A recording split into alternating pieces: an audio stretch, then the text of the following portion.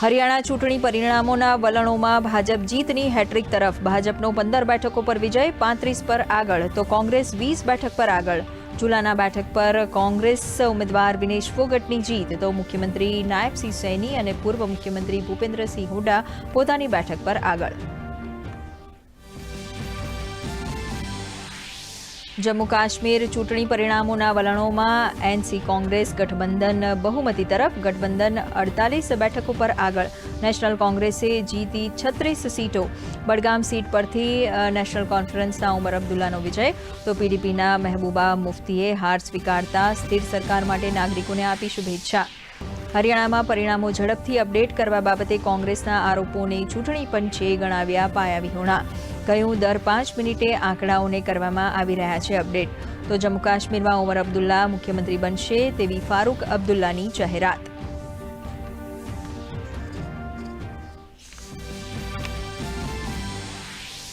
રાષ્ટ્રપતિ દ્રૌપદી મુર્મુ આજે 70મા રાષ્ટ્રીય ફિલ્મ પુરસ્કાર કરશે અર્પણ. અભિનેતા મિથુન ચક્રવર્તીને ફિલ્મના સર્વોચ્ચ સન્માન દાદા સાહેબ ફાળકેથી કરાશે સન્માનિત.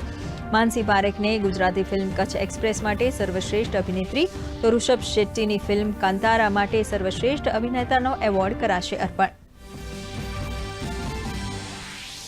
ભારતીય વાયુસેનાનો આજે 92મો સ્થાપના દિવસ. ચેન્નઈમાં તામ્બ્રમ એરફોર્સ સ્ટેશન ખાતે ભવ્ય કાર્યક્રમનું કરાયું આયોજન.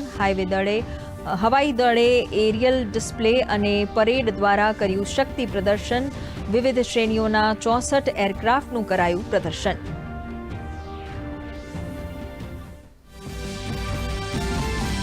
આણંદમાં ગેરકાયદેસર રીતે રેતી ખનન કરનાર સામે વહીવટી તંત્રની કાર્યવાહી. ગ્રામ્ય મામલતદારે કુંજરાવ ગામ નજીકથી રોયલ્ટી પાસ વિના રેતી વાહન કરતા 5 વાહનોને ઝડપ્યા. પકડાયેલા વાહનો સામે ખનીજ વિભાગ દ્વારા વધુ કાર્યવાહી હાથ ધરાશે.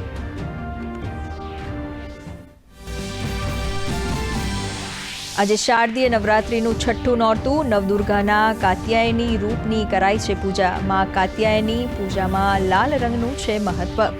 નવસારીમાં દોરી રાસ, તો ગાંધીનગરમાં કેસરિયા ગરબા બન્યા આકર્ષણનું કેન્દ્ર.